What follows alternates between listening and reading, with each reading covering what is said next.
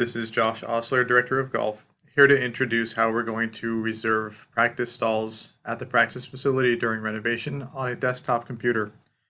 We're going to start by going to the La Rinconada Country Club website, logging in with your normal credentials, and then you're going to go to the Golf tab and book a tee time, which will take you into the Whoosh side of things where we normally book tee times. You may ask you to log in with your credentials there, but you need to get to this screen and go to select the facility and practice facility. Now you can only reserve a stall 2 days in advance when the system is live, but for this demo we're going to go to the 30th. And here you can see that there will be 4 practice stalls available during normal operating hours.